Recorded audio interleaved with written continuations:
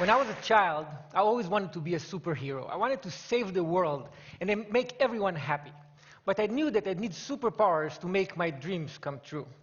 So I used to embark on these imaginary journeys to find intergalactic objects from planet Krypton, which was a lot of fun but didn't yield much result.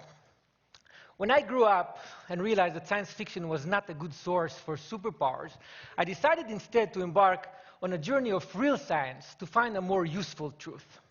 I started my journey in California with a UC Berkeley 30-year longitudinal study that examined the photos of students in an old yearbook and tried to measure their success and well-being throughout their life.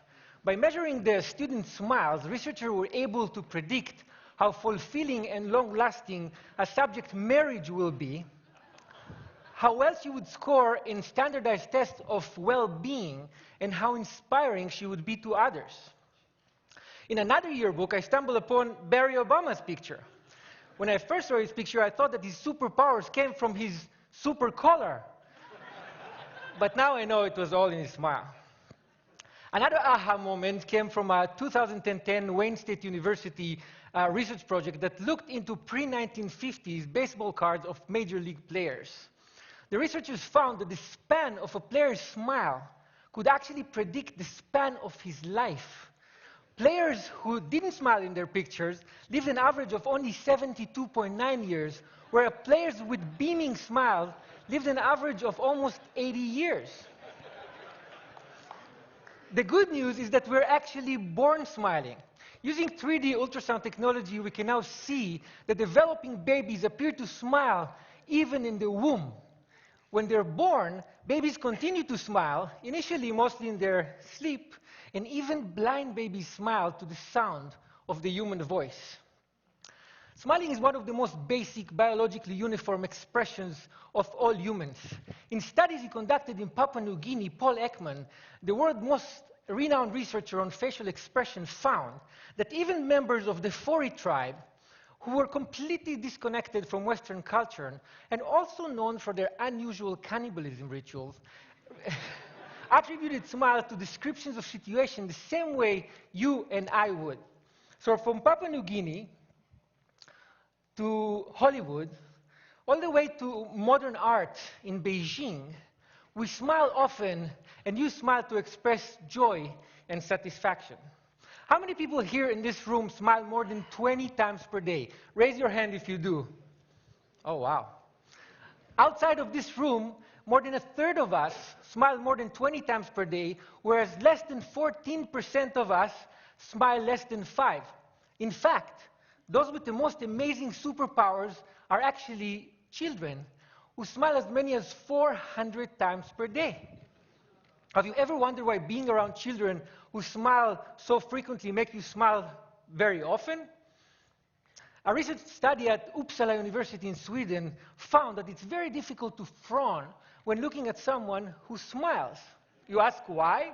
Because smiling is evolutionarily contagious and it suppresses the control we usually have on our facial muscles.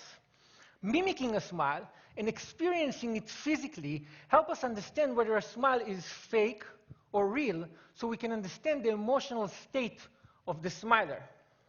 In a recent mimicking study at the University of Clermont-Ferrand in France, subjects were asked to determine whether a smile was real or fake while holding a pencil in their mouth to repress smiling muscles. Without the pencil, subjects were excellent judges, but with the pencil in their mouth, when they could not mimic the smile they saw, their judgment was impaired.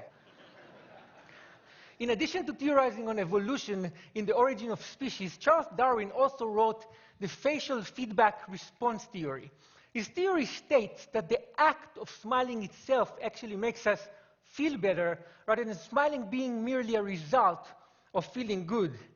In his study, Darwin actually cited the French neurologist Julien Duchamp, who used electric jolts to facial muscles to induce and stimulate smiles. Please don't try this at home. In a related German study, researchers used fMRI imaging to measure brain activity before and after injecting Botox to suppress smiling muscles. The findings supported Darwin's theory, but by showing that facial feedback modifies the neural processing of emotional content in the brain in a way that helps us feel better when we smile. Smiling stimulates our brain reward mechanism in a way that even chocolate, a well-regarded pleasure inducer, cannot match. British researchers found that one smile can generate the same level of brain stimulation as up to 2,000 bars of chocolate. Wait, the same study found that smiling is as stimulating as receiving up to 16,000 pounds sterling in cash. That's like 25 grand a smile. It's not bad. And think about it this way. 25,000 times 400, quite a few kids out there feel like Mark Zuckerberg every day. And unlike lots of chocolate, lots of smiling can actually make you healthier. Smiling can help reduce the level of stress-enhancing hormones like cortisol, adrenaline, and dopamine, increase the level of mood-enhancing hormones like endorphin, and reduce overall blood pressure. And if that's not enough, smiling can actually make you look good in the eyes of others. A recent study at Penn State University found that when you smile, you don't only appear to be more likable and courteous, but you actually appear to be more competent. So whenever you want to look great and competent, reduce your stress, or improve your marriage, or feel as if you just had a whole stack of high-quality chocolate without incurring the caloric cost, or as if you found 25 grand in a pocket of an old jacket you hadn't worn for ages, or whenever you want to tap into a superpower that will help you and everyone around you live a longer, healthier, happier life, smile.